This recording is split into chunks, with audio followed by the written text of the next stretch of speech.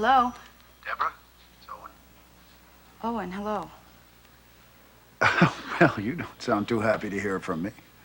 It's not that. It's just that I've been sitting here waiting for you to call me so you could ask me that question again. I see it. Question you still don't know the answer to, is that it?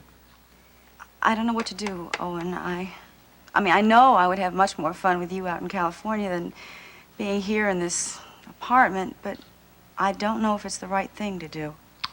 Okay, well, listen, I have a suggestion. Why don't you come on over here and we'll discuss it?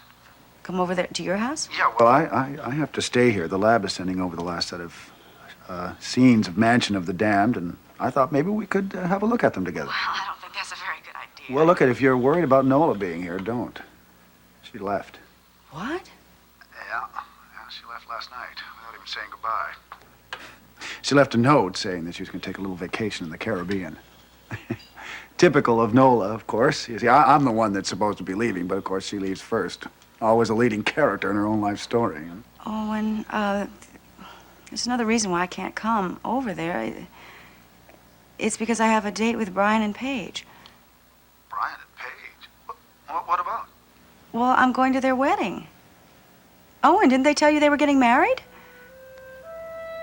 No.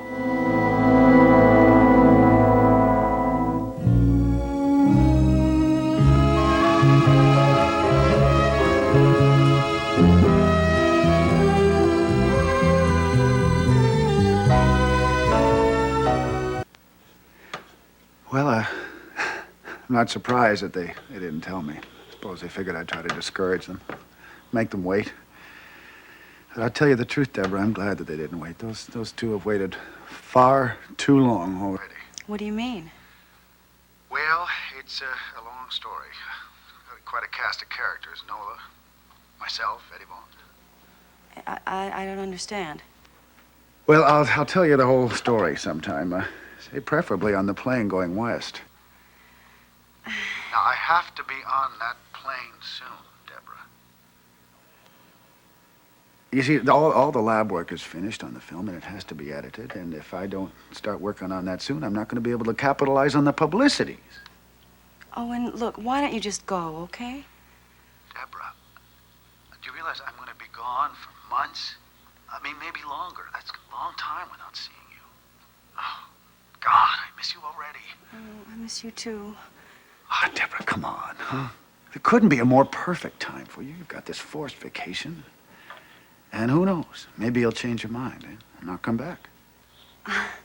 You know, that's what I'm afraid of. I think if I went out there with you, I might not come back. I've got to go. Steve's here. Steve? Yeah, he's another witness at the wedding.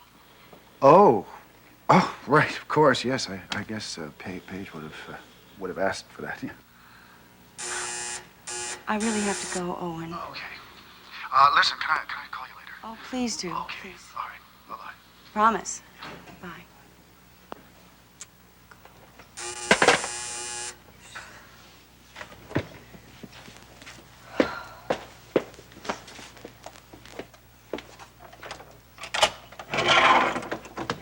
Ready for a wedding? Are the bride and groom ready for a wedding? Oh, yeah, they're all set. Let's see, they got the blood test, the license came through. I think they got everything. And I got the champagne. Oh, hey, terrific. Ooh, a very good month. You know, I can't wait to see the face on the justice of the peace when he finds out that the newlyweds-to-be both have the same last name. No, I never get home in time to watch the 6 o'clock news, but I've caught the 11 o'clock show many times. I appreciate the way you handle some of the police stories. Well, I wasn't aware that I handled them in any particular way.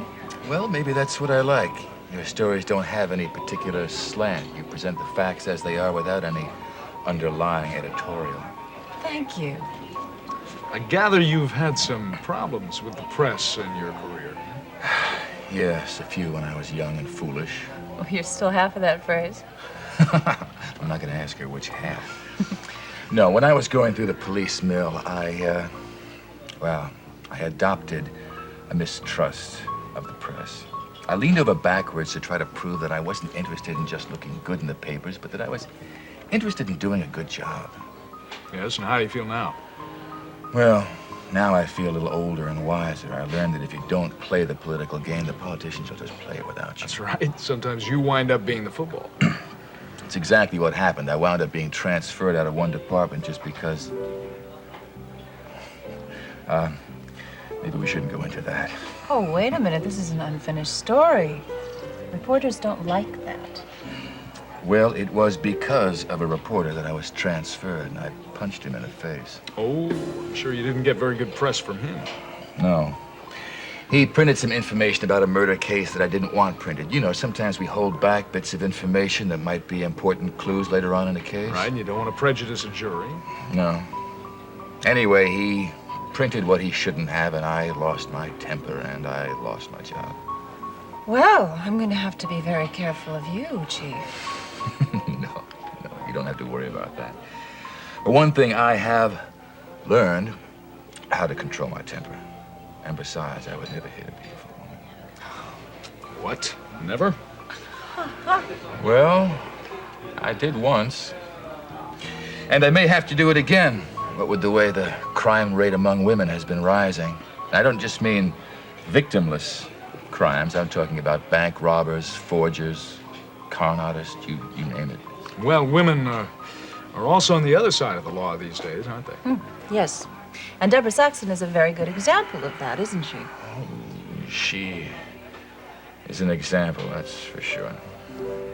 I understand she's been suspended for a couple of weeks. That's right. Look, I know you both are good friends of hers, so you probably don't believe that I was right in doing what I did. No, I didn't say that. On the contrary, I think maybe it's a good idea. She's been under a lot of pressure the last few weeks. The rest should do her good. Do you agree with that, Mrs. Kavanaugh? Oh, I thought we'd agreed to first names, Chief. You're right. My first name's not Chief, it's Derek. Well, Derek. Right. Well, I agree with Miles. He's a doctor. I was going to say that the only thing I was concerned about was whether or not Deborah's health was the primary consideration, or whether or not she was suspended as a punitive action. What Miles is trying to say so very carefully is we were wondering whether you had anything against Deborah. Maybe because she's a woman? Believe me, that I have nothing against women. As a matter of fact, I like them very much. I even married one once.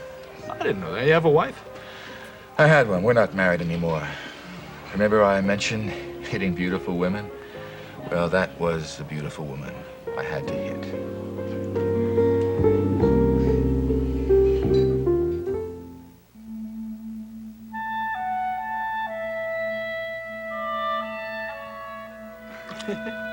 Never been to an elopement before. I'm so nervous. Well, you can imagine how I feel. No idea how long I've waited for this day. Oh, I can top that. I never thought this day would ever come. You know, I always knew that you two had a thing for each other, but I must admit you did a terrific job of hiding your feelings. Well, we had to hide them, Steve. There were certain circumstances. Because you guys thought you were, well, at least you were brought up as brother and sister. Deborah, there was a time when we really thought we were brother and sister. And not just by adoption, by blood. Well, it isn't true, Deborah. We found out the truth now. Hey, you know what they say about the truth, don't you? They're supposed to set you free. This must be an exception since you two are getting married. Whoa, sounds like you've got something against marriage, Steve. Who, me? Oh, no way, no way. I'm just an old-fashioned guy. Well, everybody's here, eh? Yeah. What's it going to be, boys and girls? A double wedding? I'll make you a special 2-for-1 price. My name's Burnside. What's yours? Oh, Mr. Burnside, I'm Steve Guthrie. This is Deborah Saxon, Paige Madison, Brian Madison. Pleased to meet you, sir.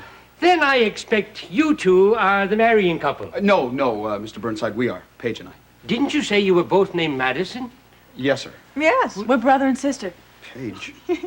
Don't worry, it's all legal. Brian, show him the license fast. Oh, right. Well, I better get my glasses out on this one. It's all very, very legal, Mr. Burnside. You can be sure of that.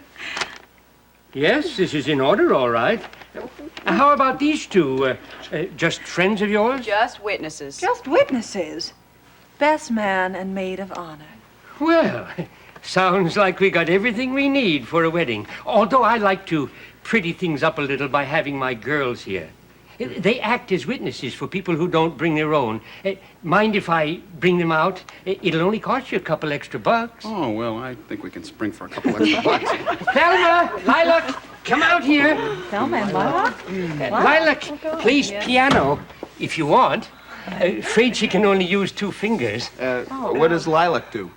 Never mind. I think we can do this without music, Mr. Burnside. Okay. Young people are always in a hurry. I know that. Lilac, hand me my book, will you? All right. Now, if you two will just take your places in front of me. No, Mr. Burnside, we're not the ones. It's We are. them. Oh, yes, these two. Funny about them having the same last names, isn't it? Where are you from? I'll be. Oh, I must put Ready? the clips in Okay. this book. God. Now, let's get down to the nitty-gritty, as you kids say. Yeah. Dearly beloved, are you sure you don't want some music? It doesn't seem right without any music. I got a nice, soft organ record. It'll only cost a couple of bucks. All right, I think we could do that. Thelma, put on that nice organ record. Lilac plays the piano, but Thelma plays a mean phonograph. All right, then. Everybody set? Sure. Dearly beloved, we are gathered here in the sight of God and in the presence of these witnesses to join together this man and this woman in holy matrimony, which is an honorable estate instituted of God. I require and charge you both, as you stand in the presence of God, to remember that love and the loyalty alone will avail as the foundation of a happy and enduring home. No other human ties are more tender, no other vows more sacred than those you now assume. Brian Madison, will you have this woman to be your wedded wife? Will you love her, comfort her in sickness and in health, and forsaking all others, keep her yourself unto her, so long as you both shall live? I will. Page Madison, will you have this man to be your wedded husband? Will you love him, comfort him, honor and keep him in sickness and in health, and forsaking all others, keep yourself only unto him, so long as you both shall live? I will. Who has the ring? Oh, Steve. Here, it's just me. Here, here you go. Yeah. Now, place the ring on her finger and repeat after me. In token and pledge of the vow between us made, with this ring I thee wed. In token and pledge of the vow between us made, with this ring, I thee wed. By the authority vested in me and by the law of the state, I now pronounce you man and wife. Whom therefore God hath joined together, let no man put asunder.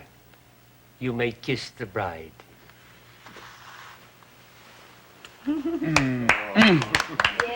Now, who says your name hasn't changed? Now you're Mrs. Madison. I'll never change it. Never.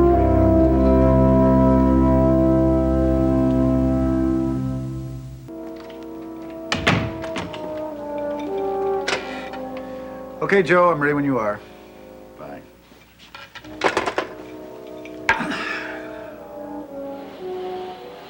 Inasmuch as Tom and Hester have now joined together in lawful wedlock, and have witnessed the same before this company, and thereto have been given and pledged their troth, each to each other, I, in accordance with the authority vested in me by the laws of this state, pronounce that they are man and wife. You may kiss the bride. No, not here. I don't want to be kissed here. And Hester.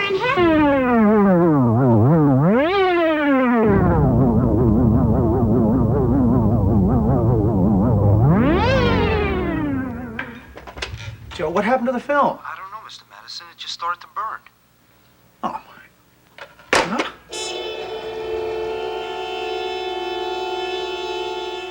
You can't call it much of an elopement. I mean, the newlyweds run home to pack. Wasn't that interesting what they said about thinking they were brother and sister? I wonder what they meant by that. Don't know. You have to ask your friend Owen. Yeah, he said something about story behind it. That he and Nola and Eddie Vaughn. Eddie Vaughn? What the hell's Eddie Vaughn got to do with it? I don't know. Must have been awful for them, though. Being in love with each other and not being able to be together. Yeah, I know the feeling. Woo. Want some champagne? Steve? Deborah, tell me something. What's going to happen with me? I mean, am I supposed to go my entire life and be in love with you for no damn good reason? Steve. And don't give me that old Steve stuff. This is not the time, Steve. When the hell's the time? I mean, can't you give me some kind of an answer, like to get the hell out or to stay, or have you already given me an answer and I'm just too stupid to recognize it? I haven't given you an answer, Steve. Just as I haven't given one to Owen. Owen? What the hell's he want? He wants me to go to California with him. I see. Yeah, he heard about my 2-week suspension, and he's leaving Nola, and, well, she left him. Anyway, she's gone. Perfect. Well, that makes everything just perfect for you. Look, nothing is perfect, Steve. Oh, sure it is. Sure. Owen's gone to California. You have a couple of weeks off. Nola's out of the picture. Brian and Paige are all set.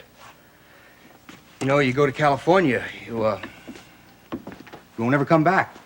I'm gonna come back. Are you kidding? Sunny California? Oh, you'll love it out there. Why, you'll be swimming in some hotel swimming pool, looking up, seeing the palm trees swaying back and forth. Oh, the movie stars? And you'll be escorted all around town on the arm of Owen Madison, producer. I can just hear the gossip columns now. Who's that gorgeous redhead on the arm of Owen Madison who's just returned to Tinseltown? Steve, stop it. Oh, yeah, and you'll forget all about Monticello, except for how cold it gets here. Look, my home is here. My work is here. Oh, yes, and that's going to go over real big. I can see it now. The Hollywood Reporter is going to go, ladies and gentlemen, that gorgeous redhead on the arm of Owen Madison isn't a famous movie star. She's a lady cop. Stop it, Steve.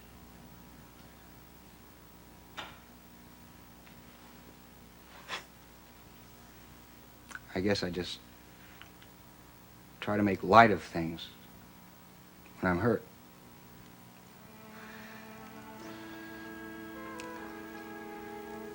I don't know what to do.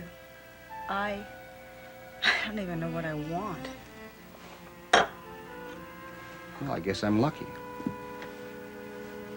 I know what I want. I want you.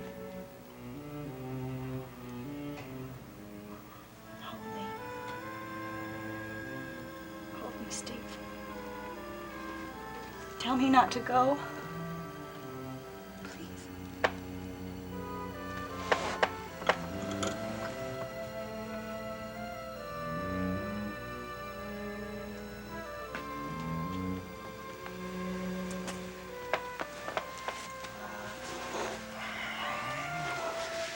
I'm holding you as tight as I can. Tell me not to go to California, please.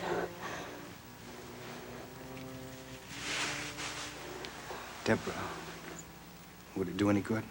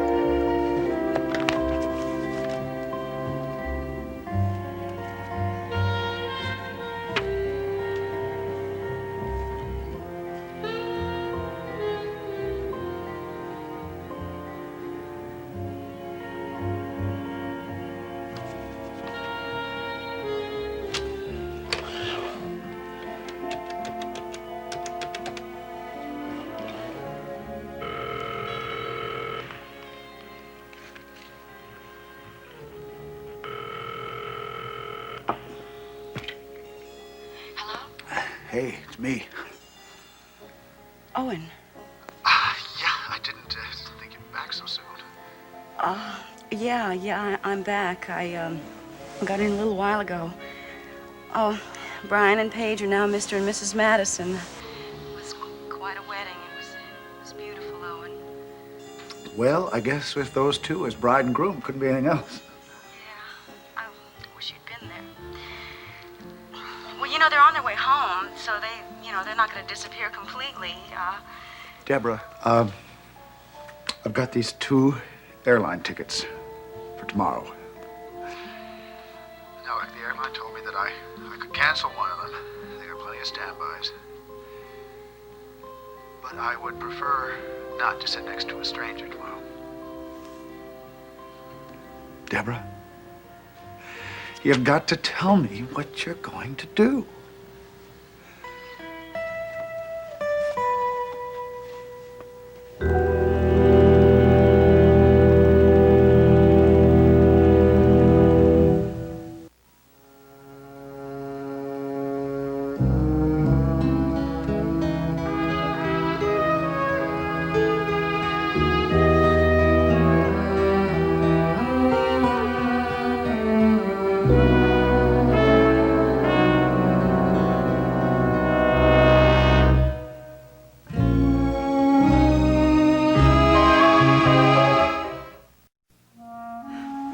Nancy, I've got to warn you, I'm not in the mood for an interview today.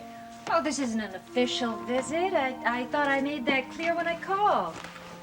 Oh, Deborah, you got a green thumb, I can see, huh? Hey, this apartment is fun. I love it.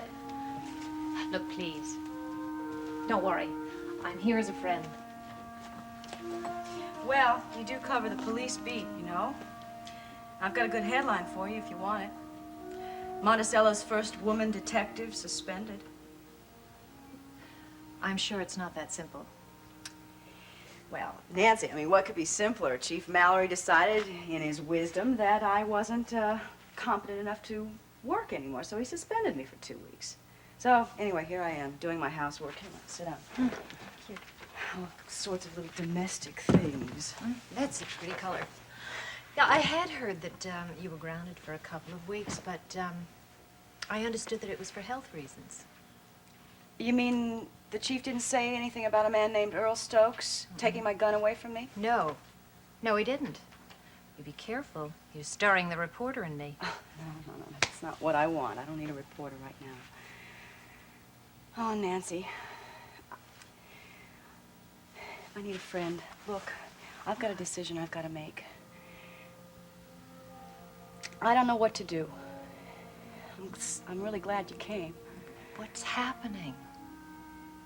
Owen is leaving his wife. He's separating from Nola. He's going to be going to California without her. Wants me to go with him. I see. And I think I want to go.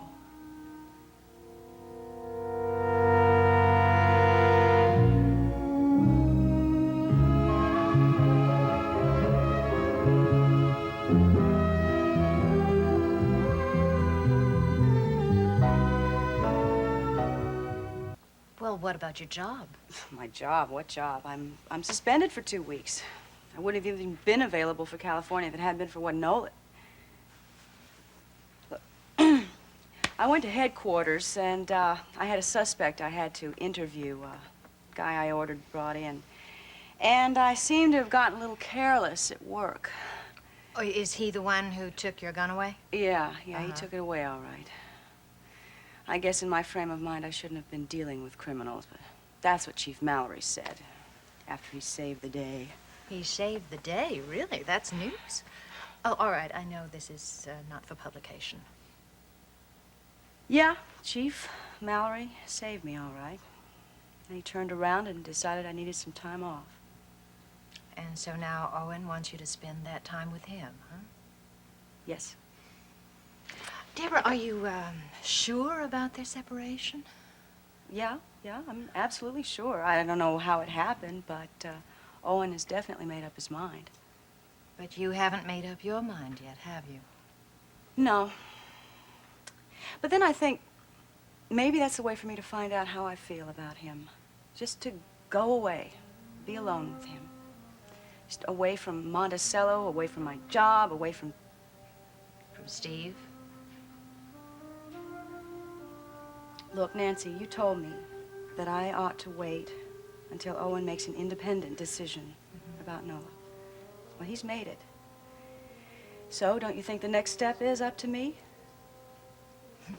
Most definitely the next step is up to you. Oh, you're right, Mike. I'll just have to fight this one out with Nelson myself. Draper, are you feeling any better today? Yeah, I feel fine. Well, a little down. And I should apologize for the way I behaved at dinner last night, Mike. You've got nothing to apologize for. Oh, yes, I do. I was feeling mighty sorry for myself last night about losing that job in New York. And believe me, I'm just as glad that the whole thing is finished. Well, it's definitely settled, all right. Even before David Henson gets back from his European holiday. Yeah, and that's what burns me up, Mike. The fact that Henson knew that they were going to pick somebody else. And he had to be in on it, Mike, before he left on his trip because they used a unanimous vote there. It does seem likely, Draper. Well, I just wanted you to know that I'm all finished feeling sorry for myself, all done. And you're not going to hear another word from me about Seward, Paxton, or Whiteside. Good. Unless, of course, we should have some litigation against them. And boy, would I love that. The chances of that happening are pretty slim, Draper. Oh, I know, Mike. But I would like it to happen. I'd like to walk into court one morning and hear that my opponent's name was Henson. You know, Mike, there's still one more thing I have to do. I have to find out what that man has against me. That may be one of those things you can never find out, Draper. Are you sure? Look, Mike, you talk with him, man. What's he like? Is he a phony, a hypocrite? What? Well, our encounter was a little too brief for me to form a solid judgment about the man, but he did seem unhappy about his actions and willing to make up for them. At least I thought he was willing that night. Now, frankly, I'm just as surprised as you are that the man was apparently insincere. Maybe I'm not a good judge of character. No, Mike. It's just hard to judge a man who has two faces. Now, there's one more thing I'm going to do, Mike. When Henson gets back from his trip, he's going to have a visitor. Me. I'm going to see what the man has to say for himself. Do you really think that's worth doing? Yes, I do, Mike. You see, there's a mystery somewhere here. And I'm going to find out who done it. Now, this one, madam, is not only ever so lovely, it's also practical, since the lady, meaning me, can wear it after she has the baby. It's absolutely adorable, darling. I'll tell you, I never knew maternity clothes could be this pretty. And I can't believe that you got those at McGrath's. Yeah, I thought I'd have to go to Omar the tent maker. Where could that be? Maybe it's Jenny. Let me go check. Okay, I'll be right down. Jenny? Jenny, is that you? What you... Good afternoon, darling. I hope you don't mind a visit from your husband.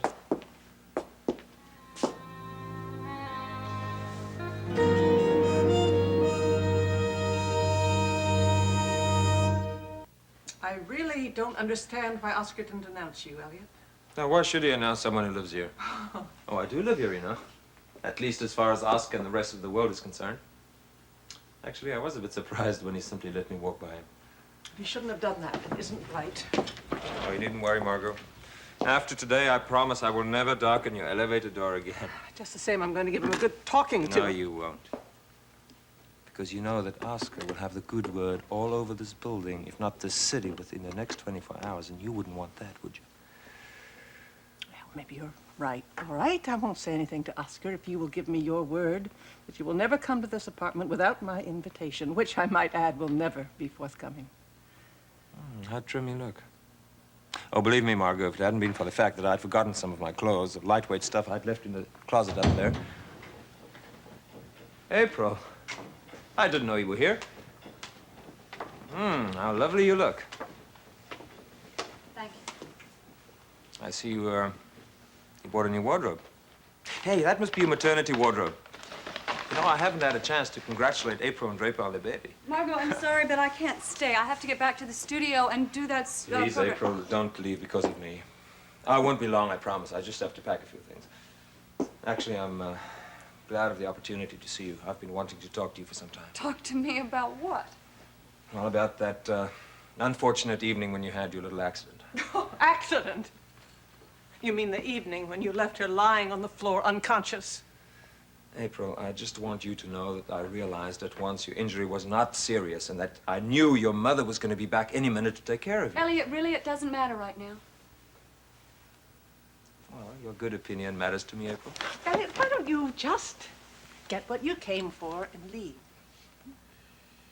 You mean you don't even want to hear about my movie career? Quite frankly, no.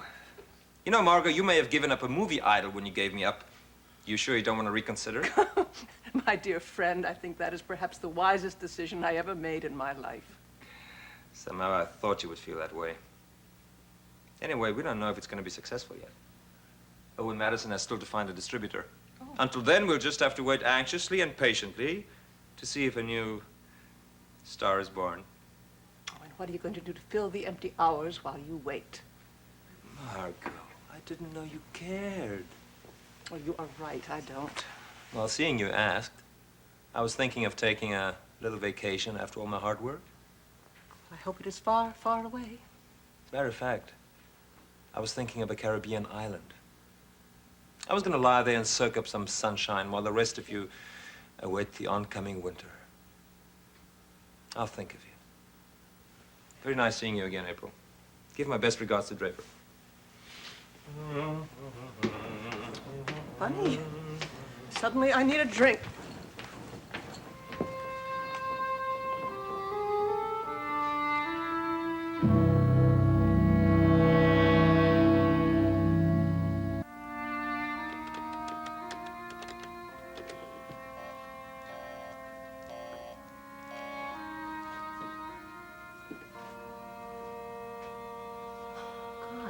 Daddy, where were you?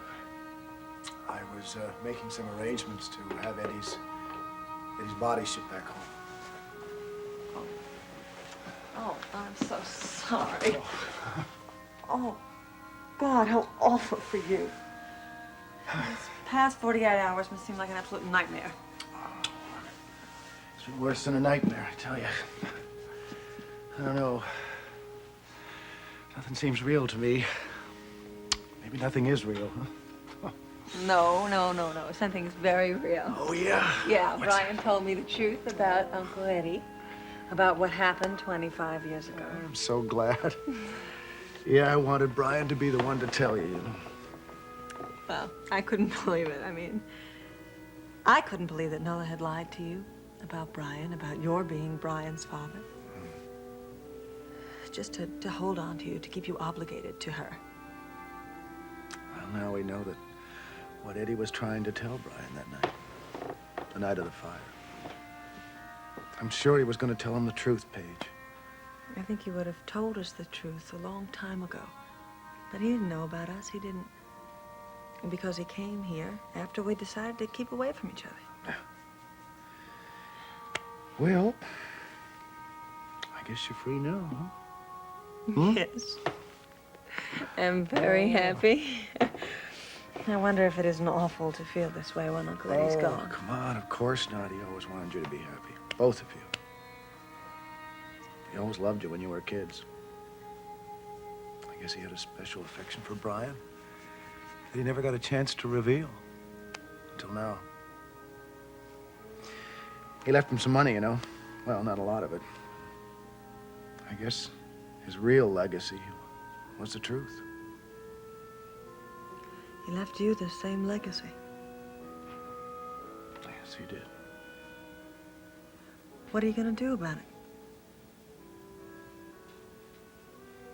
Something I should have done a long time ago.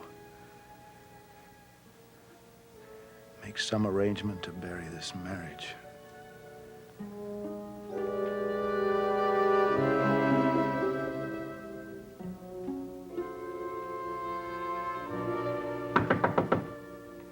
Come in.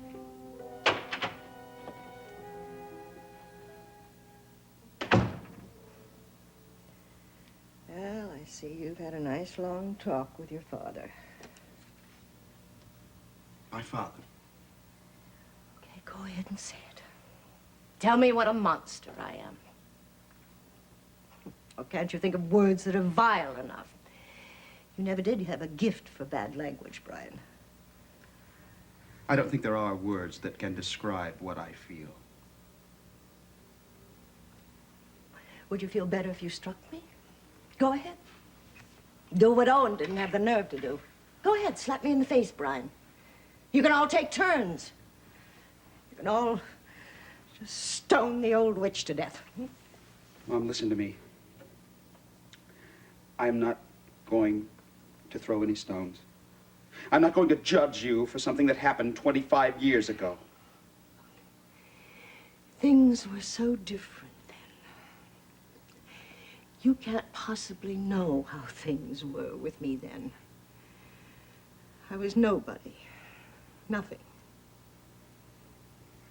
And is that how you decided to become somebody, Mom? By lying to somebody just to help your career? Brian, don't be cruel, please.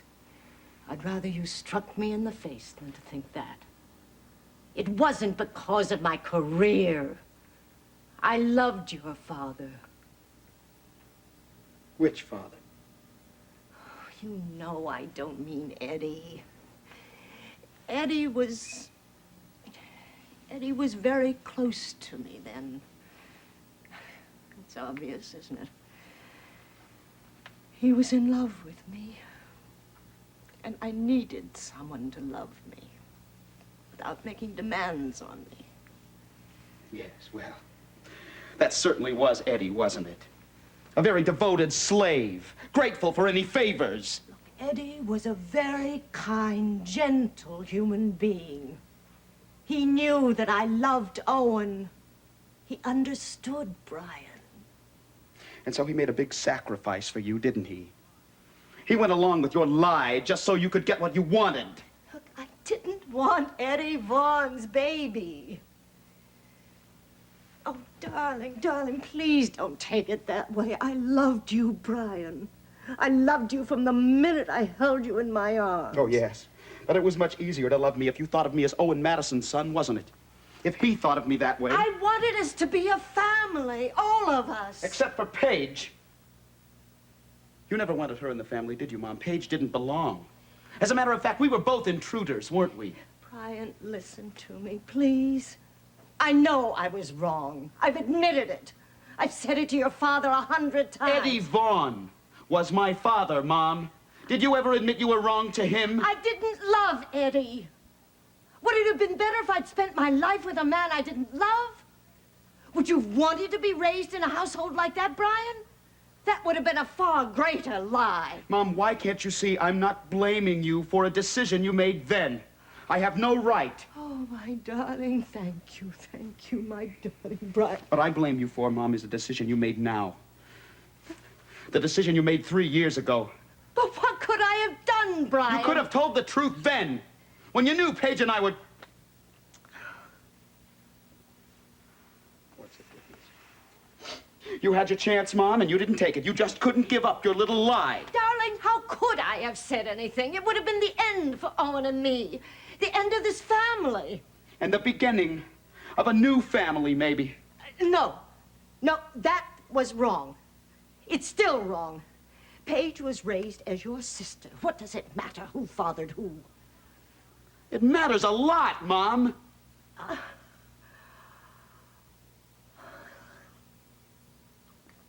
did it for your sake, too, Brian. Not just for mine. You liar. You did it for yourself, Mom. You're the one that drove me out of this house 3 years ago. Not Dad, it was you. I didn't want you to leave. Why couldn't she have been the one? Oh, yes. You would have preferred to have driven Paige out of your life, wouldn't you, Mom? Out of yours, Brian. She's not right for you. You want her because she's so unattainable. That's all it is. I want Paige because I love her, Mom. And me. Don't I mean anything to you anymore?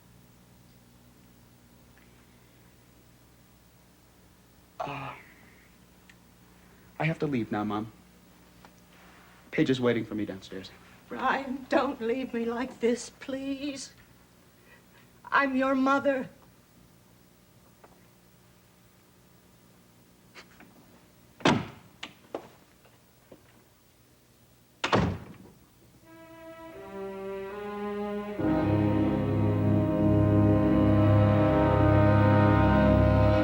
Well, the chief wouldn't mind, would he, if you went out tomorrow?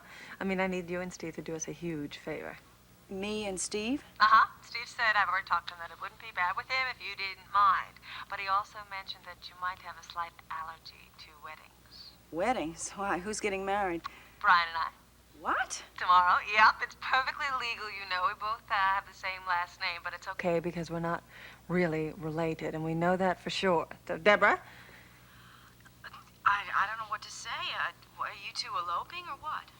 Oh, no, we're not running away from anything. We're running towards something. To happiness, I hope. This is incredible. And you want me and Steve to be witnesses? Witnesses, best man, maid of honor. I don't care what you call it, so long as you'll be there. I'll settle for friends. But we're going over to Evansville tomorrow to get a justice of the peace. We've already got the license, and the blood test will be valid tomorrow. So will you do it, please? Yeah, of course I will. I'd be happy to, Paige. Great.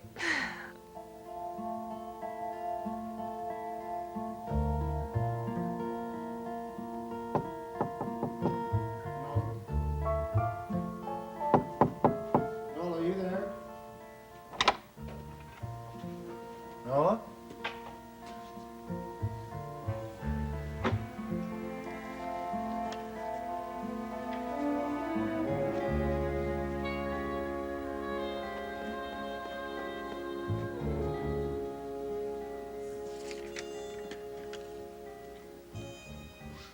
Dear Owen, by the time you read this, I'll be on my way to the airport.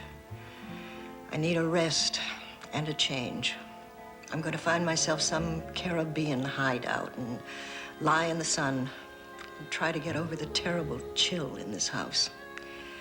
I didn't stop to say goodbye because you've already said it. But I still hope that when you return from Hollywood, you may realize how much we still need each other. That you may change your mind about the young woman who's truly bewitched you, Owen. In fact, I know you'll change your mind.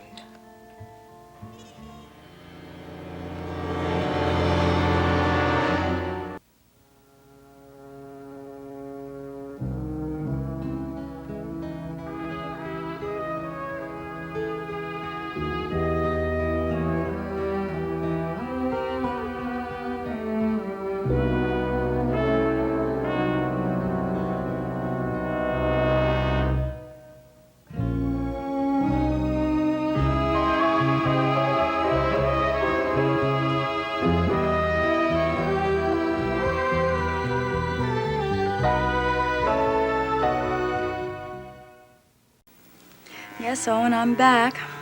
Brian and Paige are Mr. and Mrs. Madison now. Oh, I wish you'd been there. It was such a beautiful wedding. Well, with those two as bride and groom, how could it be anything else? Well, you know, they're coming home, you know. I mean, they're not going to disappear completely.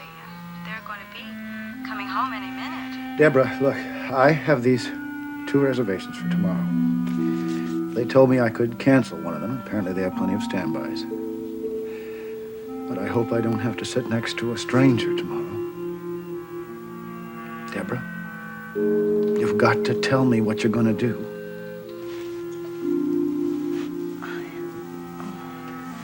I don't know what to say. I want to go, Owen, I do, but I don't.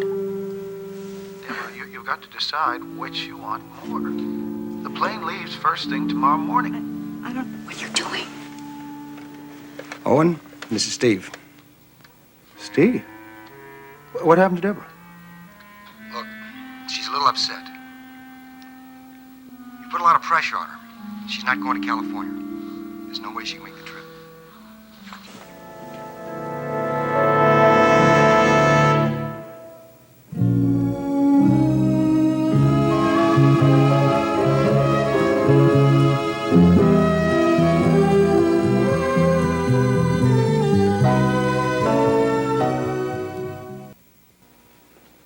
Steve, let me speak to Deborah. She's busy. Look, I know damn well that she's there. Well, I want to talk to her.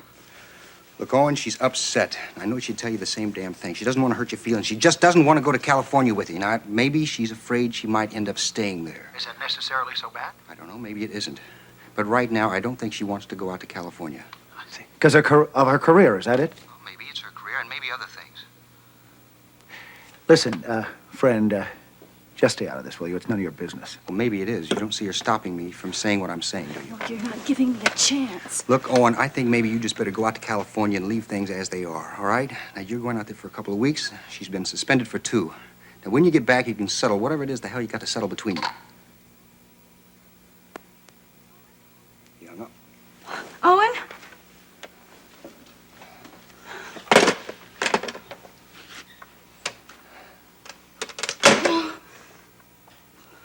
You wanted me to do that, didn't you? I've just never been so upset and confused in my whole life. Not completely confused. If you want to go to California, you'll go. Well, it's not because I don't care for him. You know that, don't you? Yes, I know that. It's just too big of a step for me to take right now, that's all. I know. It's far away from Monticello. I'm going back to headquarters. What, you're leaving?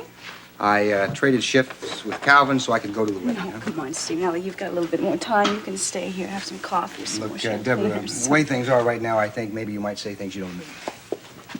Well, Steve, wait a minute. Come here, baby.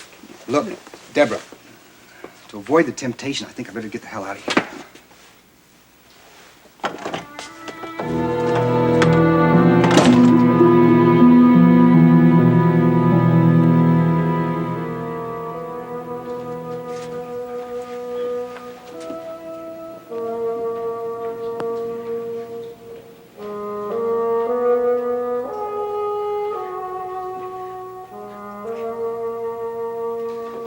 So Burnside said to me, we're going to have a tape recording of the ceremony for $2 more.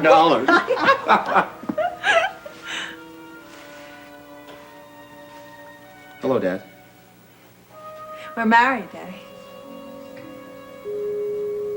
I know. Deborah told me. Oh, Dad. Listen, I hope you understand why we wanted to do this alone. It's not because of you. It's because of Mom. I understand, Brian. I don't necessarily agree. But after all that's happened, I can see why you'd want it to be a private ceremony. Daddy, I have never been so happy in my whole life. And we want you to be happy for us. I'm happy for you. I never thought such a thing would be possible. Now that I know the truth about you two, yes, I'm glad. Now, Mom knew the truth, didn't she, Dad? Brian, I just don't want to get into it. Dad, have you heard from her at all? Do you have any idea where she's gone? No, just away. She left a note saying she'd be in some Caribbean island. She couldn't face us, Daddy, not all 3 of us. No, she couldn't face it. In her shoes, I wouldn't be able to face it myself. Knowing what she had done to you, all these years, protecting that lie that hurt all of us. Well, Dad, in a way, she did do us a favor.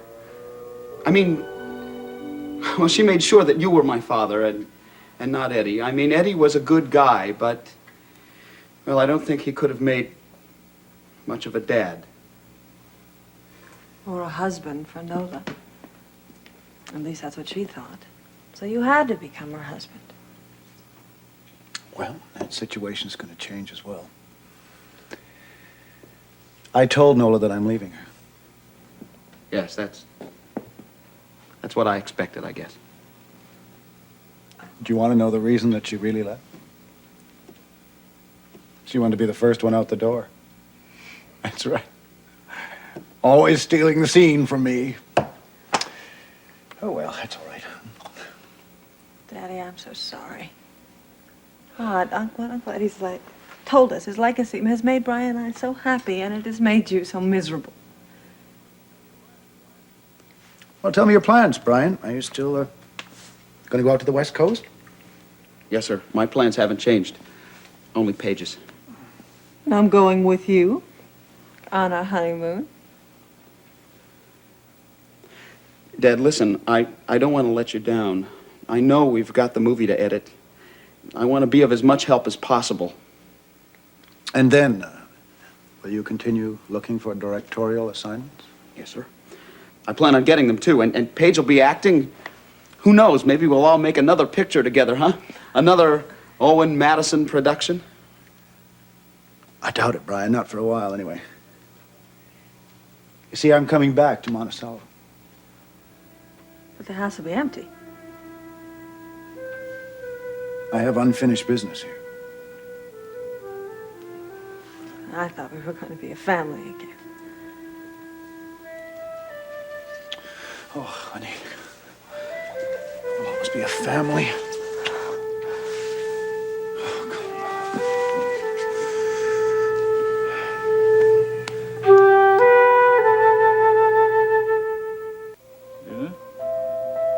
Isn't that fun? Yeah? You know what time it is? You know what your grandma would do to me if she knew I was keeping you up this late? She'd have my head. But you are real good company, Jamie. And I've been needing the company these days. Nevertheless, I think we ought to give you another shot at Betty Bye. All righty? Okay, you go along with that? Sure hope so. Here we go.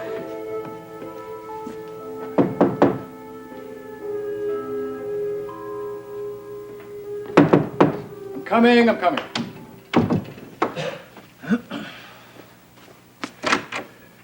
Well, what is this, a raid? Hey, Logan. How are you? You keep asking me to stop by sometime. Here I am. The idea was you were going to give me a little warning, though. I mean, you might have caught me, yes, as a matter of fact, you did catch me. I've got a cute little number here this evening. Oh, really? Where? In the bedroom. Where else? Oh, well, look, I can come Don't back. worry, I'm pulling your leg. It's my son. 10 months I old. didn't think you had a son. Well, you never asked, did you? Come on. No. Well, listen, if it's a bad night, I can come back another time. I just had an early dinner with some friends. Thought you told me you didn't know anybody here in town. Who you out with? Well, I don't know them too well. Dr. Cavanaugh and his wife? Terrific people. You started right at the top, I'll say that for you. Uh-huh. Well, we had an early dinner because she had to be at the TV studio by 9:30. Well, don't look so tentative, Hal. I didn't mean you weren't welcome. Sit down. Make Thanks. yourself at home. Get you something to drink if you tell me what you want. Beer'd suit me. Beer'd suit me, too. I'll be right back.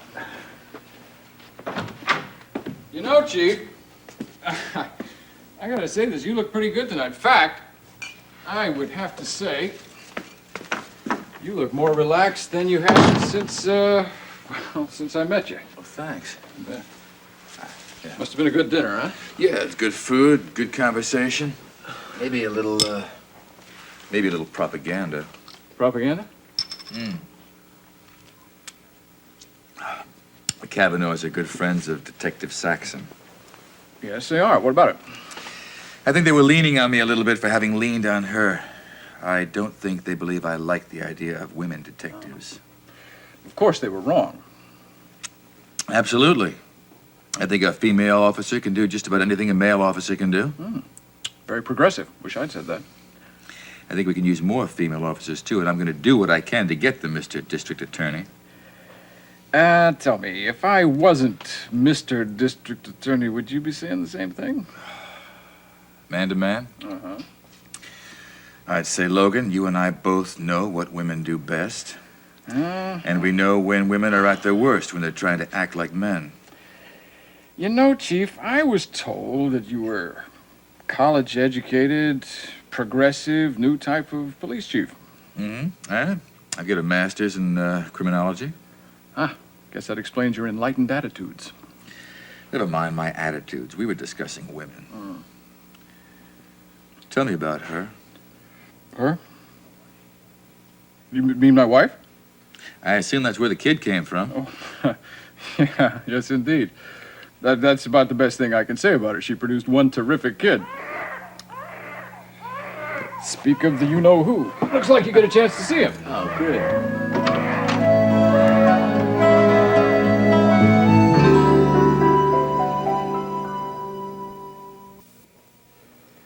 Well, if you don't want this, then I think you ought to say hello to the big chief. Hey, you got a And then rugged we'll have little another fella shot there. at putting you to bed. Yeah, he's not bad. Hey. Say hi. Hi, baby. That is a rugged little fella. You, have no trouble by yourself with him? No, no, no. I'm not by myself anyway. I got help. I share this place with a lady named Geraldine Saxon, not to mention the occasional babysitter. Is that the Geraldine Saxon? Oh, yeah. Mother of the famous Whitney clan? She's your baby's nurse? It's a voluntary job. She considers herself to be his grandmother. Where's his mom, if you don't mind my asking? In London, sitting out the divorce. I see. Well, come on, your turn. Tell me about your ex. Ivy? I have no idea where she is. Ours was not one of those amicable divorces. We don't keep in touch. Well, at least sounds like you're not sending her any alimony. It's about the only good thing that came out of being married to her. I don't have to pay her alimony. Well, this little guy's the best thing that came out of my marriage. He's not a burden? Oh, are you kidding? He's my son. Hardly weighs a thing.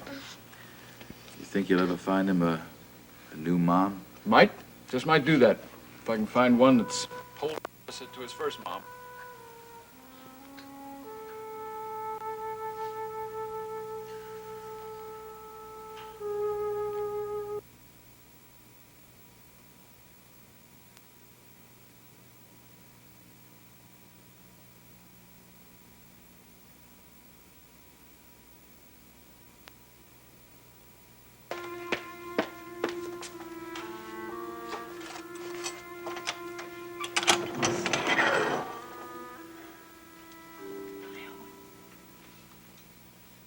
I didn't know if you'd be here or not, but I had to take a chance. I'm here.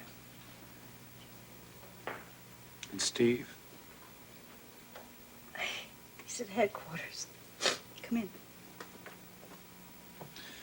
Deborah, I had to talk to you. I couldn't tell from what Steve said whether you ever intended to speak to me again.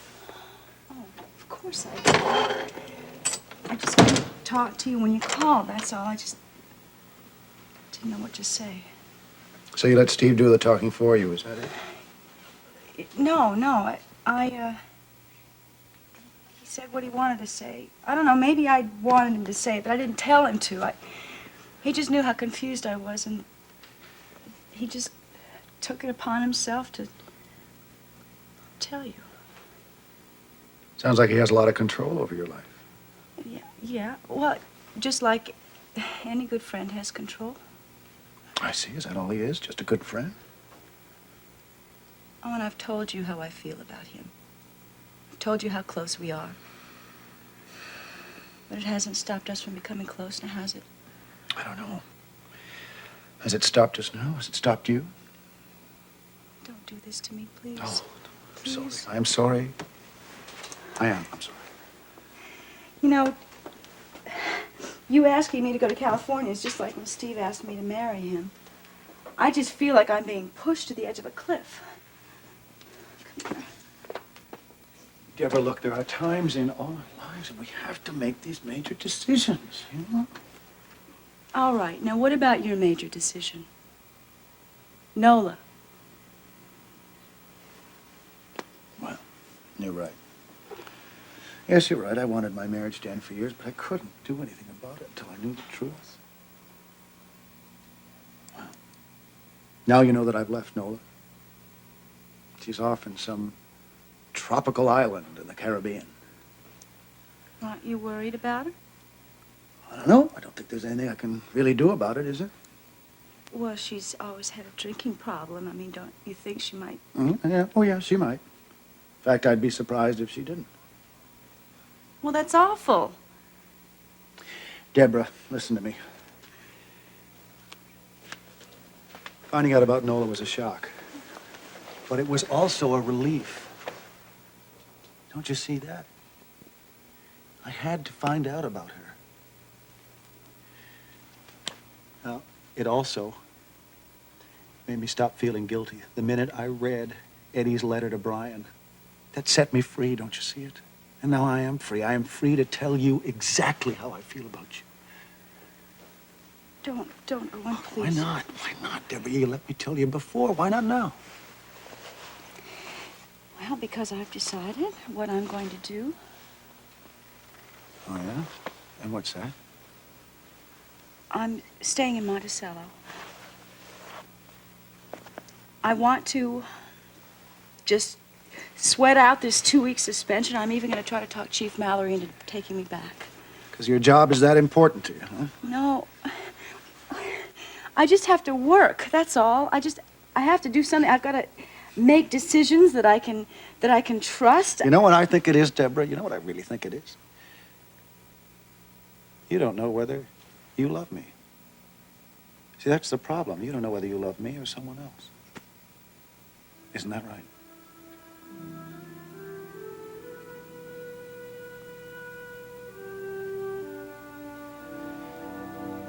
Well, it's getting late. I guess I better go.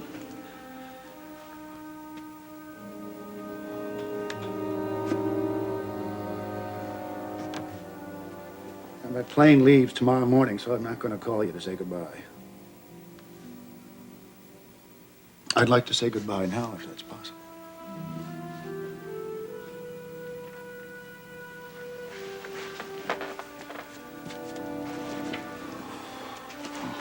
Deborah, I love you. I love you. I want you to know that. And I'm coming back. I'm coming back. I don't know when, but I'm coming back.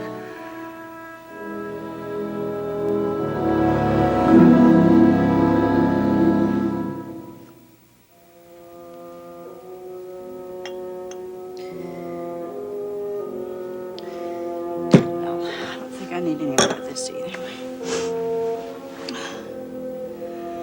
I think I better get something to eat. What do you think? Instead of moping around forever.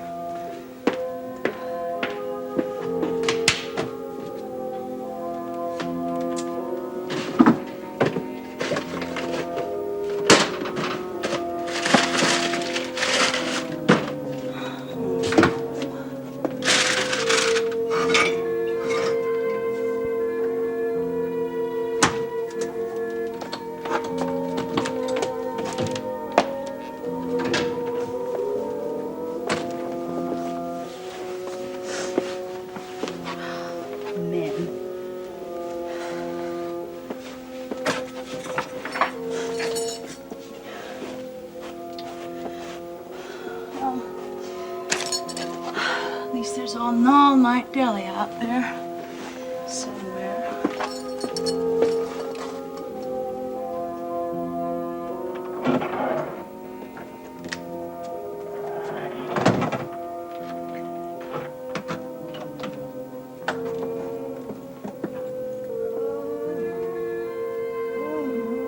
Somebody in there?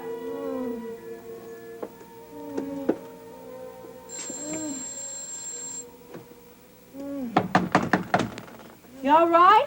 Oh, please, please, come in. The door's open.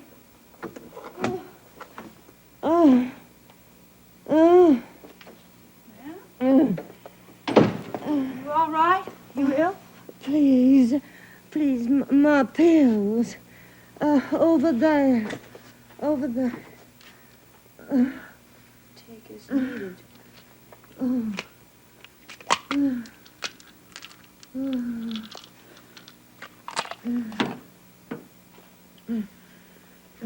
you go. Oh, thank you.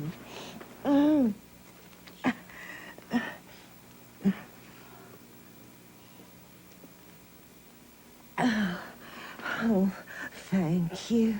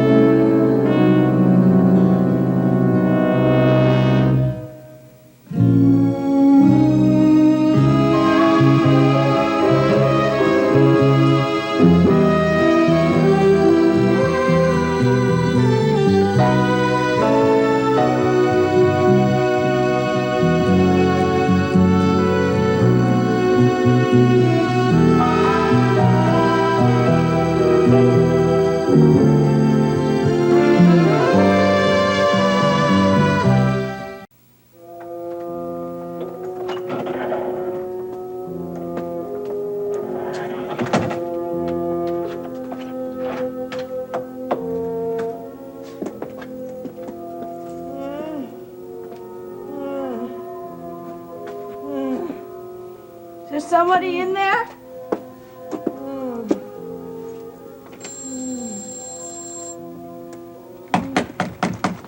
Something the matter? Oh, please. Please, come in. The door's open.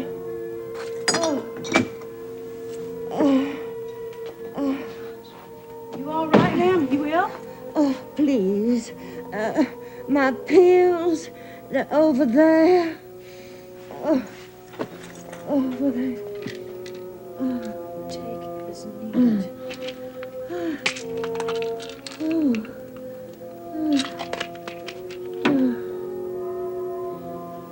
Here you go.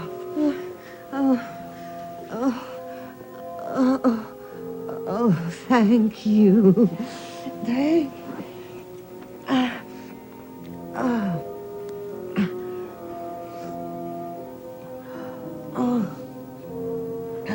Thank you. I had a dizzy spell. I didn't know what to do.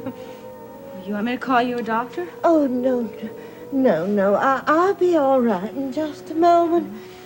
Oh, I'm so sorry to be a bother to you. That's all right. I don't mind helping you. My name is Martha Corey. I just moved in this morning.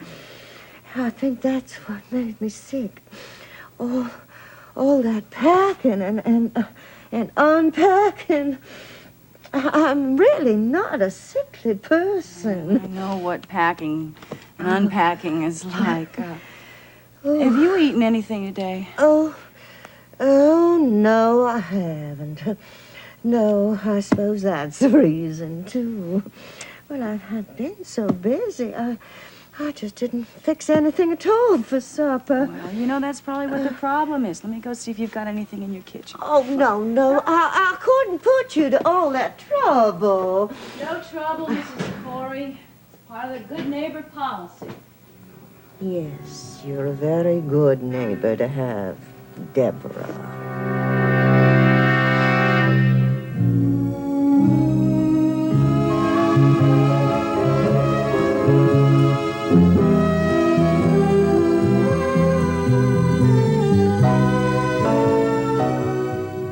You sure your name is Mrs. Corey?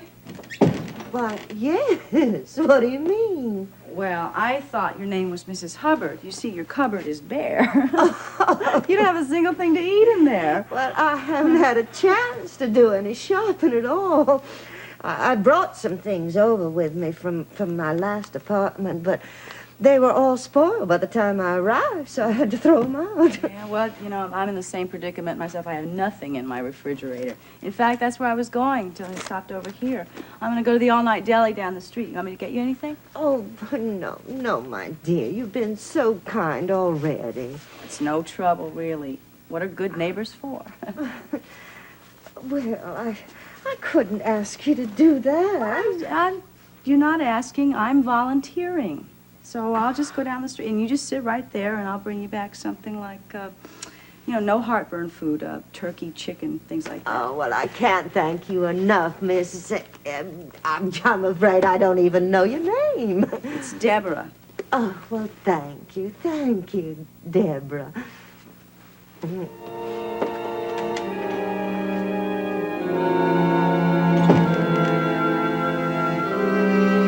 I see. So that's why you're running around here looking all bright-eyed tonight. I haven't seen your eyes glistening like this in about 6 months. Oh, well, yeah, I'm feeling pretty good.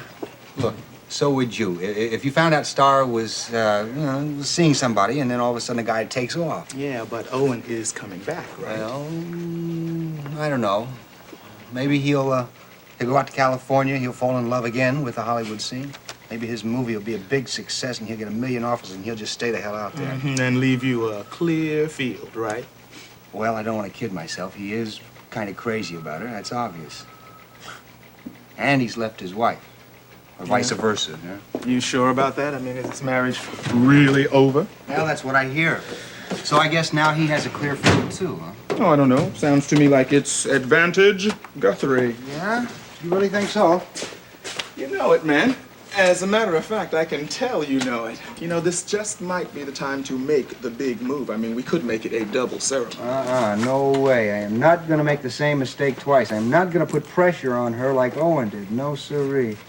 I think that Steve Guthrie is going to have to establish a new beachhead. You got me? That away, Steve. Okay. Hey. I can think of a half-dozen criminals still at large who would just love to see this. Hi, Chief. Sorry, Chief. Didn't think you were coming in tonight. I like to surprise people. It's amazing what you can learn around headquarters just by walking around. Yeah, Steve and I were just discussing... Deborah, you remember Detective Saxon, don't you? Yes, I remember her.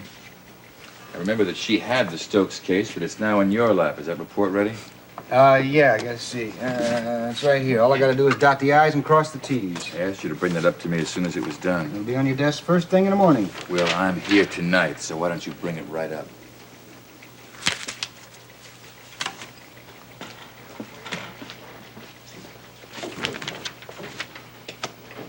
I wonder what's eating him.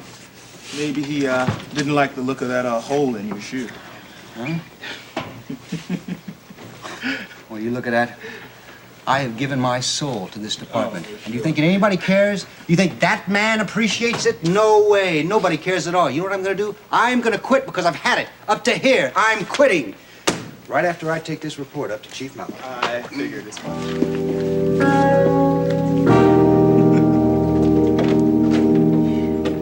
I don't know what I think about Derek Mallory, but I do know one thing.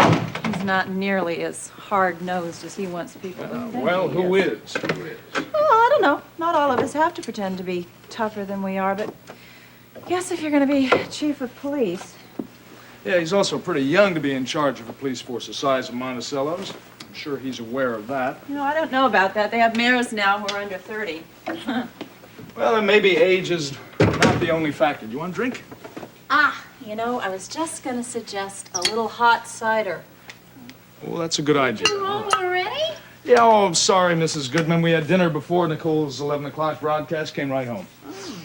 Listen, haven't you had enough of Adam yet? I mean, you should be exhausted the way he's been carrying on lately. Oh, you're not kidding. Boy, if they could hook that kid up to some generator or something, they'd have the whole energy problem solved. Why, did he give you some trouble? No, I can still handle him. Listen, he wore himself out. Hey, you know, before I get that cider, I think I'm going to check on Adam, okay? Oh, I'll get that for you. Oh, no, you go home. Okay, maybe I am a little bushed at that. I'll go get my bag. Oh, here's something came for you, Mr. C. Some early Christmas present, maybe? Huh. It's a book. Oh, it's by that doctor I interviewed, Dr. Lennox. It's autographed. Oh. Just another one of those mushy Well, inscriptions. let me see it. Let me see it. Come on, what's the matter? Are you afraid to show it to me? Oh, is it too mushy? Let's go. Let's go. No. Thanks again for the interview and all your kindness. This first book of mine may answer some of your heredity questions. Best wishes. Listen, I'm not saying Adam is one of those, what do you call them, hyperactive kids. Just got a lot of pep, that's You all. could say that again. And a little bit of mischief in him, too, I'd say. Well, listen, he's growing up. Listen, what do you expect from this crazy society of ours? I wasn't aware that society was having that much of an effect on him already. He watches TV, doesn't he? Ah, you have a point. Mm-hmm. Mrs. Goodman, if Adam is getting to be a little bit too much for you, you have to... Are you kidding? I can handle him with one hand tied behind my back. And if I know Adam, he'll tie both my hands. Look, I'm kidding. I love him. He's a little angel. With a little bit of devil in him, too. Yeah. You drive safely now, Mrs. Goodman. Okay, night. But be careful. Yeah. Well, suppose I get that cider. Suppose we talk about that book. How can we talk about something we haven't read? I've read it. You have? Well, you read everything, don't you? Well, I don't know how you find the time to do it. Look, I haven't read a fraction of the books I would like to, but this happened to be quite popular a few years ago. especially among people who are interested in the subject of mental illness. I'm not that interested in it. I'll probably skip it. Quite impressive book, though, isn't it? Miles, I thought we said that we would drop this subject. Exactly which subject? Heredity. Look, I never said we had to drop it, Nicole. There's nothing taboo about it. I wish this doctor hadn't sent me the book. I mean, I wasn't that interested in it. I was just being polite to him. Nicole, listen to me. Don't be self-conscious about this, all right? You were curious. He brought up a topic that was on your mind for a whole year. You wanted to know more. You asked him some questions. And I got all the answers I need, thank you. And especially the one you gave me about 90 to 95% of the children whose parents... I don't want to start this conversation again. Well, listen, it's all right. I'm not sensitive on the subject, believe me. You know, you've eased my mind about it already. Honestly. As long as you understood what I told you. Yes, my mother did suffer from schizophrenia. Yes, she committed suicide as a result. But so far, I have shown absolutely no signs of the disease whatsoever. Stop it, it's not funny. Listen, if you really want to shut me up, there's a better way. This? That's the one. Uh-huh. Listen, I'll tell you one thing about my mind. It's got strange and magical powers. Oh, it does? Yes. Just realized that tonight. I can read minds. Wow, how did you find that out? We were sitting across the dinner table from Chief Mallory, and I could practically hear the voices coming right out of his head. Oh, what was he thinking? He was thinking, boy, is that guy ever lucky? What did he ever do to deserve such a beautiful wife? I don't think Derek Mallory has such a high opinion of marriage. No, he seemed a little bit, sensitive about the subject, didn't Did you hear what he said about his wife, that he hit her? I mean, do you think he meant that literally? he? Yeah, I think so. Well, that doesn't mean he can't appreciate a beautiful woman when he sees one. And he saw one tonight. What do you say we forget about that cider?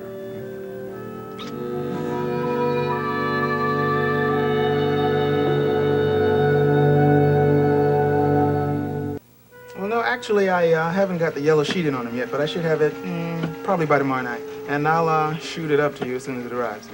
Hey, look, don't worry about a thing, Sam. I mean, you'd do the same thing for me, right? Okay, so long. What are you doing here? Visiting my fiance. That's what I'm doing here.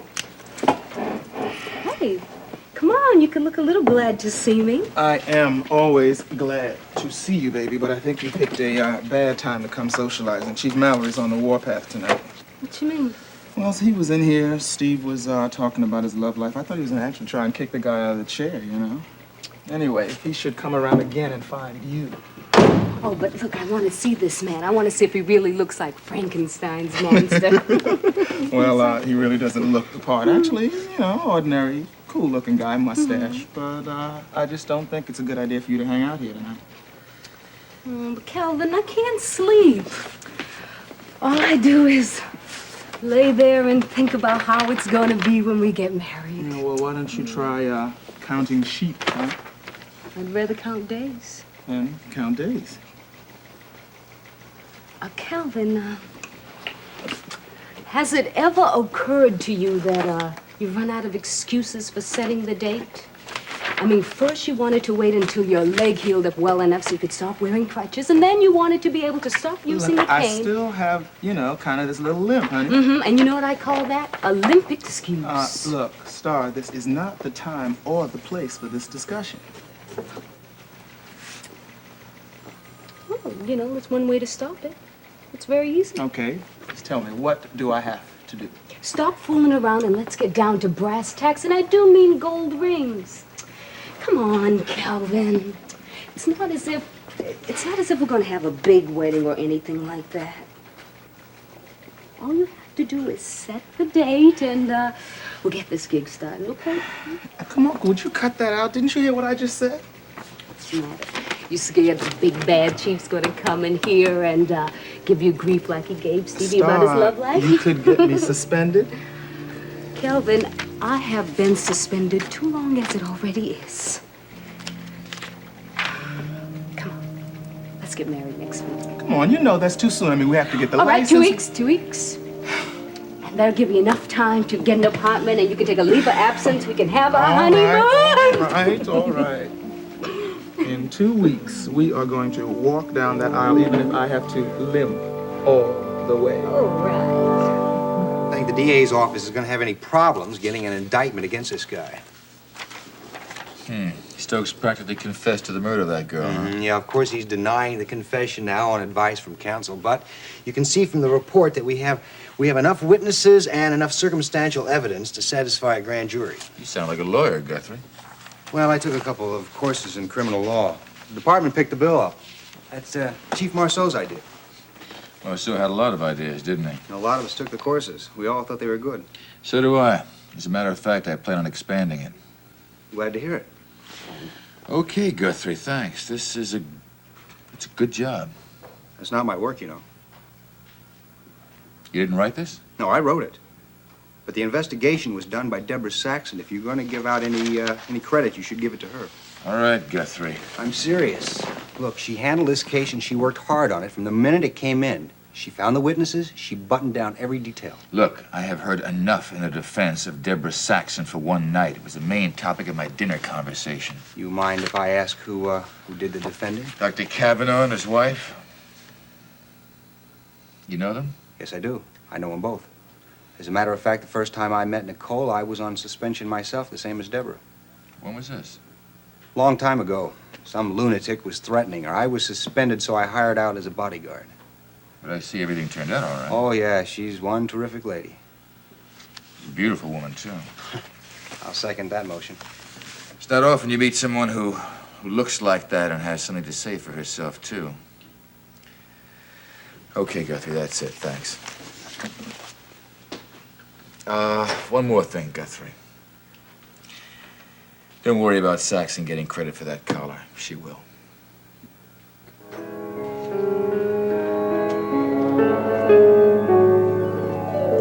I am. Didn't take very long, did it? No, not at all. But I still feel guilty about letting you do this for me. Oh, come on. Look, I've got some ham and some turkey, 2 kinds of bread. Oh, nice warm chicken here. Oh, my. And some coleslaw. You know what I think? What? I think we ought to have dinner together, if that's all right with you.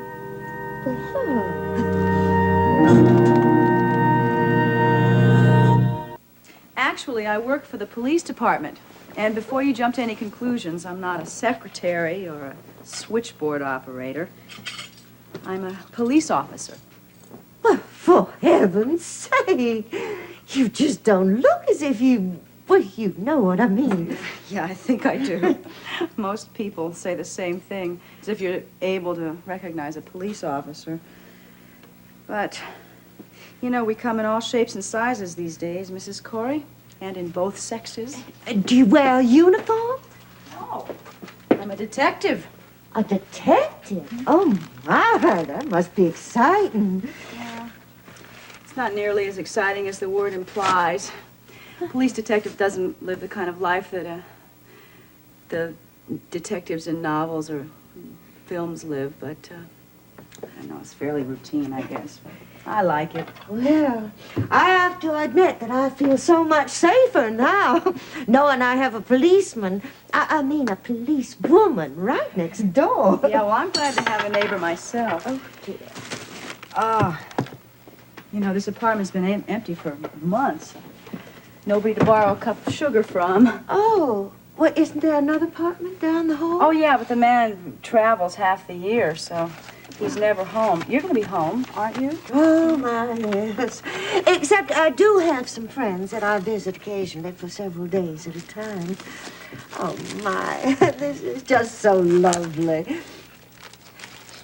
Look, I hope you'll let me help you pay for this, Deborah. Don't be silly. You don't have to pay me for things. The way you can pay me back is by coming to visit me every once in a while. I'd like your company. Well, I'd be very happy to do that. You know, I was looking at that cameo. It's really very lovely.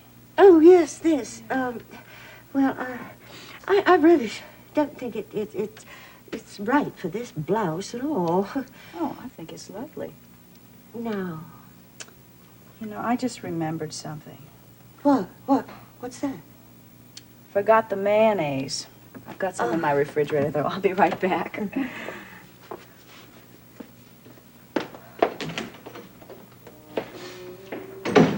To my darling Nola, from Owen.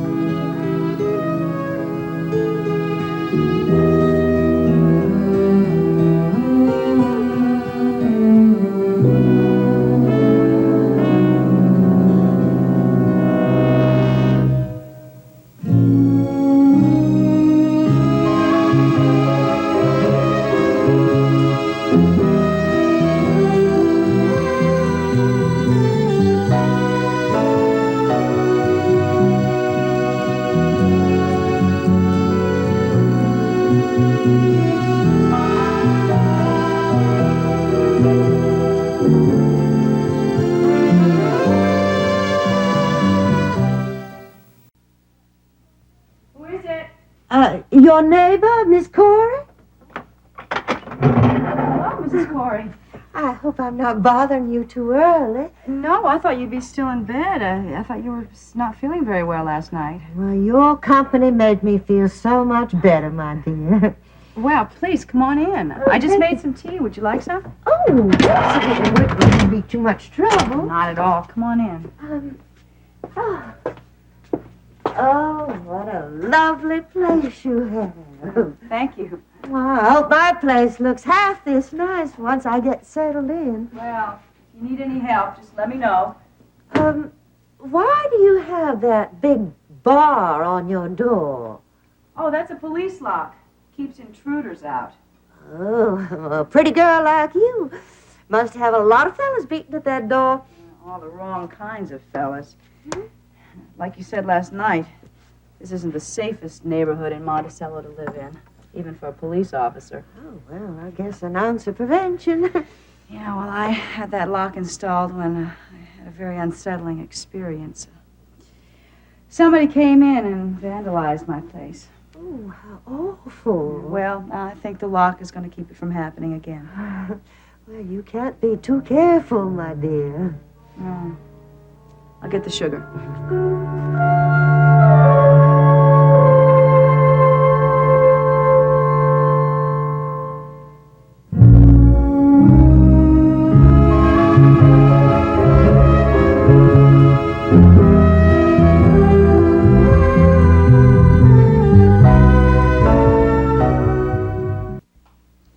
You know, until my father died, I didn't realize what a sheltered life I'd been leading.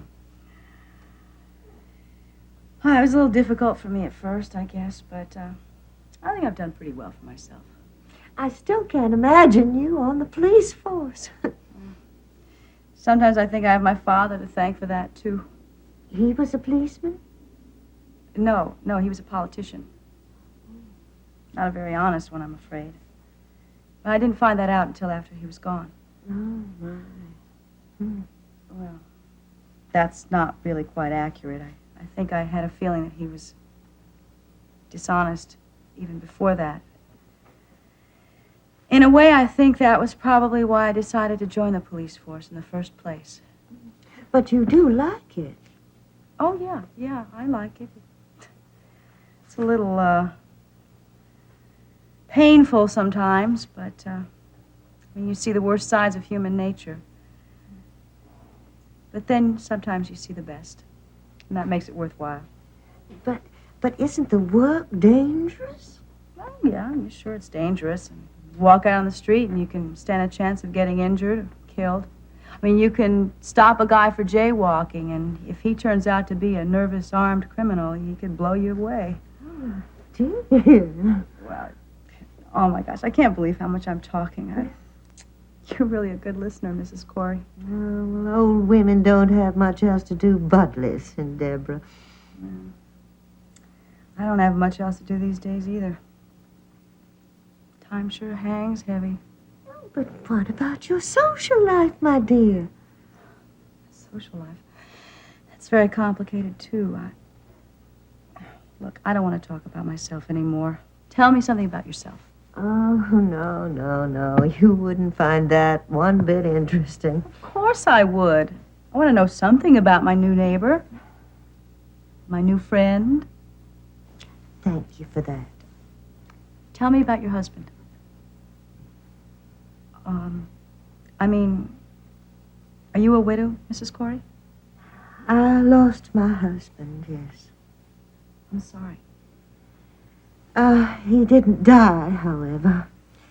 I lost him to another woman. Oh, I see. It happened a long time ago, of course. But it seems like only yesterday. Yes, I tried my best to keep him, but I was fighting a losing battle. Well, have you ever thought that maybe he wasn't worth fighting over? When I met him, I was young and beautiful, just like you. But youth, beauty, you can't hold on to those things. Even you won't, my dear. Oh, I'm sorry. I shouldn't have said that. No, that's true, of course. Even the woman he fell in love with lost them. Almost overnight. You see, she became ill. She became a weak, sickly, gray little creature. Awful. Yes, of course. And yet, how fitting, wasn't it? How satisfying. Oh, forgive me. I shouldn't remember old bitterness. That's right, you shouldn't. Mrs. Corey, you should think of the present and of the future. And they both look much brighter to me now. Now that I've made a new friend.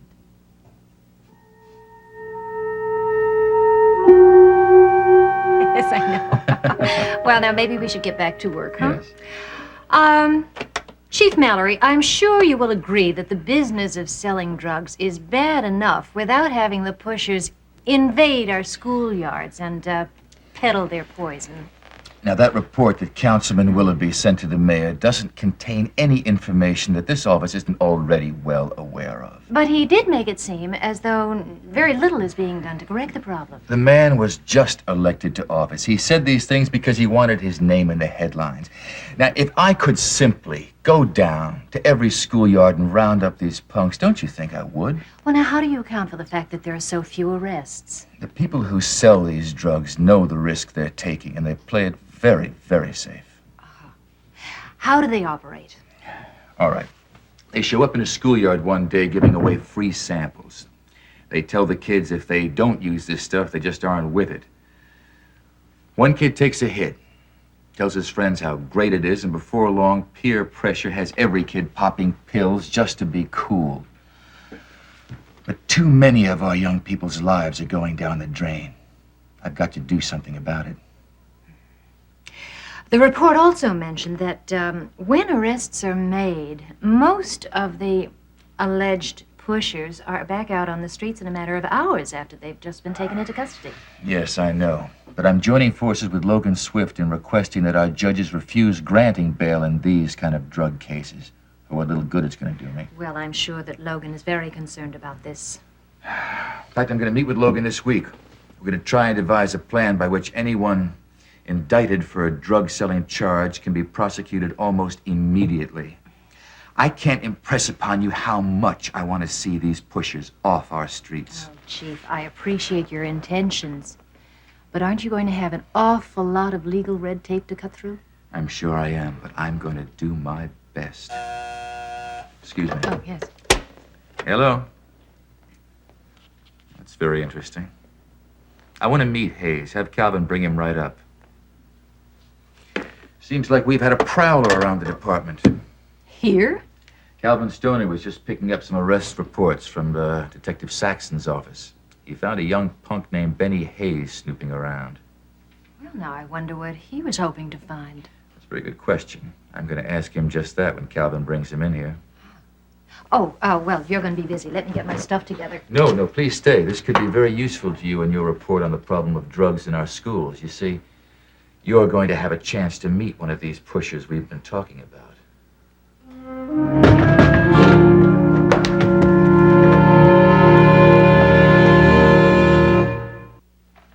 Just how did he get into the squad room? Well, Benny's one of our regular customers. He's around so much, I guess everybody thought we just hauled him in for more questions and he was on his way out again. If you don't mind, I gotta go home. Oh, you sit down. What have you got to do? Get your orders ready for tomorrow's delivery? My flowers, yeah. Talk to me, Hayes. Tell me what you were doing snooping around Saxon's desk. You want to know the truth? Okay, don't tell anybody. Deborah is hung up on me. Yeah. I really turn her on. We had a little meeting arranged, if you know what I mean. You tell me another story like that and I'll book you for trespassing. You ever spend a night in the drunk tank? Hey, listen, all I wanted to do was talk with her, honest. Or were you trying to see if she had any information on her desk pertaining to your case? Something you could make disappear, perhaps? No. For your information, Mrs. Carr, Benny is presently under an indictment. He was picked up 2 weeks ago by Detective Saxon for possession of a large quantity of marijuana.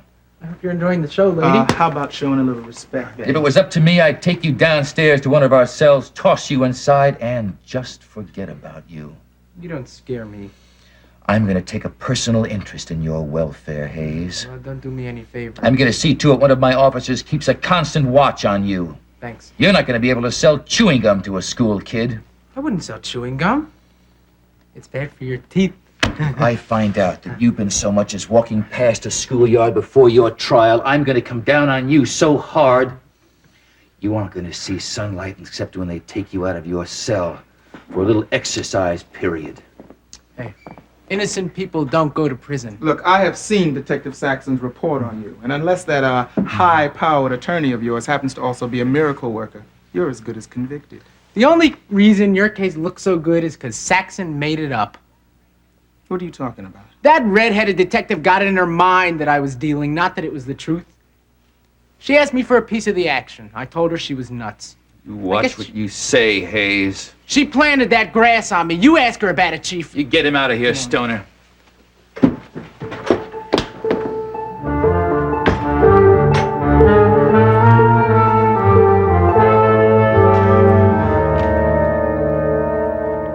Why not? Because I said no. It'll be a kid. simple little luncheon, all right? Me and Rhonda, you and Valerie. Look, you're such a big man with the women. Why don't you take them both? Nice thought, but it won't work. Look, Rhonda is used to paying her own way, but I just met Valerie, and besides, she's a real knockout, and she is dying to meet the new district attorney. Now, since you've been out of practice, I think that you ought to use plan number 4 here. Plan 4? Yeah, sure. You see, the party, the first part, that's you in this case. You tell her about how difficult the marriage breakup was and how lonely you are and how difficult the whole thing was. And then the party, the second part, that's Valerie right there. Well, then she starts smothering you with sympathy. But you hold out for tender, loving care. I think I'm capable of getting my own dates, thank you. Hey, I'm getting $20 a piece for these from the guys around here. Now, I'm giving this to you free. Appreciate the thought. Not interested. Yes, Maggie. She is? Well, no, send her right in.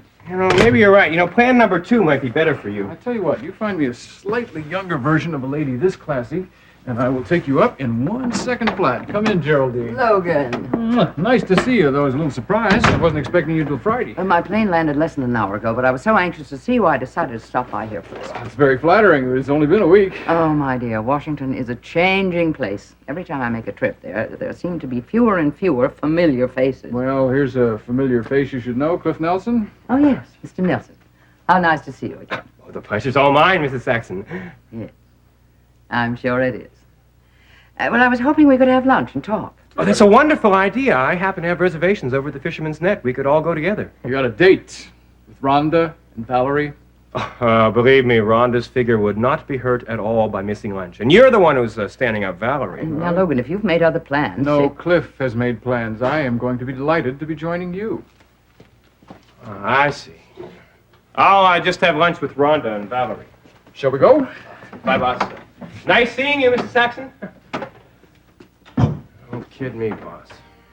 You know exactly who to have dinner with.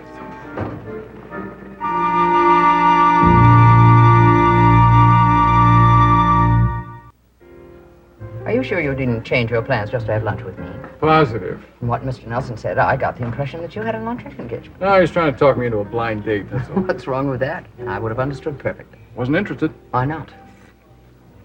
You ever had a meal with Cliff Nelson? No, of course you haven't. Worst table manners in the Western Hemisphere. It's embarrassing. Is that the only reason? I'm not ready to date yet, that's all. Logan, I know you've been terribly unhappy ever since your marriage breakup. But you can't live in a shell forever. I'm fine. It wouldn't do any harm to widen your circle of friends. I'm making new acquaintances. Oh, really? Well, you've heard of our new chief of police, haven't you? Oh, yes, of course. I can't recall his name at the moment. Well, the man's name is Derek Mallory. He's a bit of a hard nose. At least that's the image he's working very hard at projecting. Derek Mallory? Why does that name seem familiar to me? Well, he dropped by the apartment the other evening. He seems nice enough, and we do have one thing in common. What's that? We're both coming off a bad marriage. Mallory? I wonder if it could be the same one. I seem to remember he did have something to do with law enforcement. Who? What? Senator Townsend's son-in-law, or ex-son-in-law, I should say, since they're divorced. Is your friend divorced or just separated? Oh, he's divorced. His wife's name is Ivy. Did he mention that? Yes, he did. He did mention it. Her name is Ivy. Do you know her? Oh, my dear, I've known Ivy Townsend ever since she was old enough to be a flower girl. As a matter of fact, the senator invited me to the wedding, but I didn't go. It was at some remote place. Colorado, I think. Mallory came here from Denver. That's where his last job was. Well, that's strange. Is she in town, do you know? I don't know. I don't think so.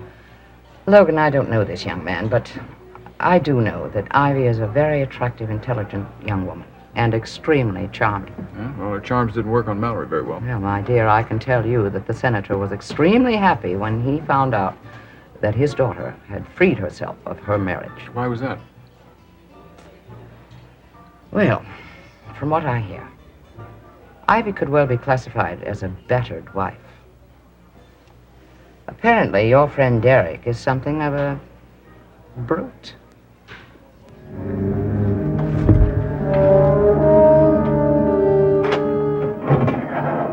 It's been a long time since I've sat around and talked like this, Mrs. Corey. I really had a good time. Come back anytime. Oh, bless you, Deborah. Tomorrow you stop by my place and I'll make the tea. It's a deal. And I'll look in on you later to make sure everything's all right. Oh, bye, darling. Bye-bye.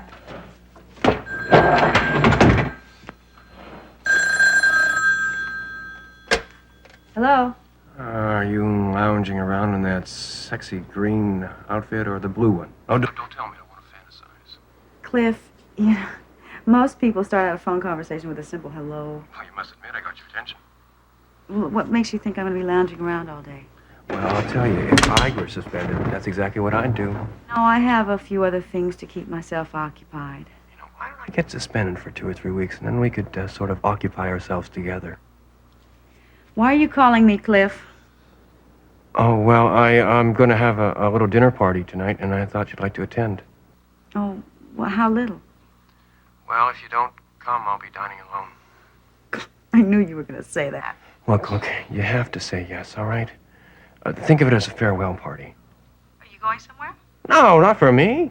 It's for saying goodbye to Owen the Ancient, who left Monticello. Look, Owen is coming back as soon as he finishes his business. You know, somebody's at the door, Cliff. I've got to go.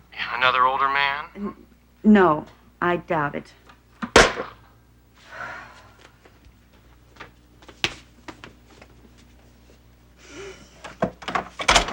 What do you... Delivery. No tip?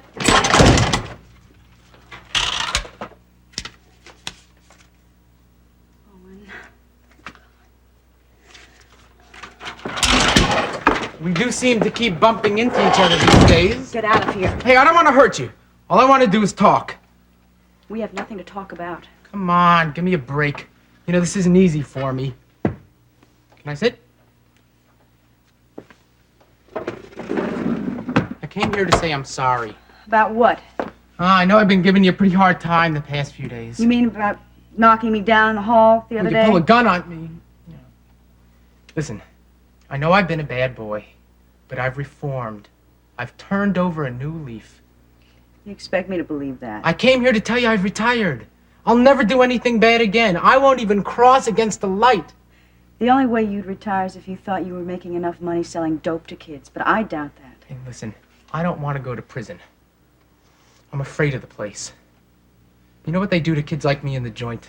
All right. Where did this repentant Benny Hayes come from? Well, me and my old man had a little talk the other day. He said that maybe if I came to you and promised to behave, you might be willing to give me a second chance and not testify against me at the trial. So was this before or after you shot him? Hey, that was an accident. He was cleaning the gun and he shot himself. You shot him because you were stealing money from his cash register and he put up a fuss. You can't prove that! Sit down. I know I can't prove it, because your father won't let me. But I'm going to nail you for possession, Benny. I'm going to prove that one in court. Now get out of here. You know, I got a pretty terrific lawyer. He says the most I'll get is probation, maybe 3 months at the most. I'll see you in court, Benny.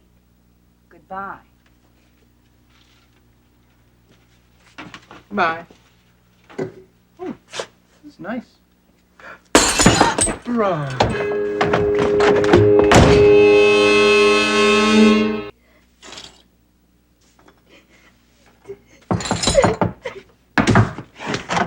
No! Don't! Oh, Mrs. Corey. Deborah, are you all right? I heard raised voices and then this terrible crash. Yeah, I'm fine. Come on in. Just be careful of the glass. Well, I remember you saying that your apartment had been broken into. Yeah, no. This came over and tried to... Just broke my face, that's all. Oh. Benny Hayes. The lowest of the low. Drug pusher. Oh, my. He deals drugs all over this neighborhood, even to the school children in the schoolyards. He even makes some of his transactions right here in our own hallway. So if you ever see him, you gotta let me know. Oh, I certainly will. Kid's a walking drugstore. He sells uppers, downers, doesn't even care who he sells them to. Well, people like that should be in jail. Yeah, well, we're trying our best. Oh, that's good. Oh, I'm glad. I've always heard those things do terrible damage to people, don't they? They do terrible things.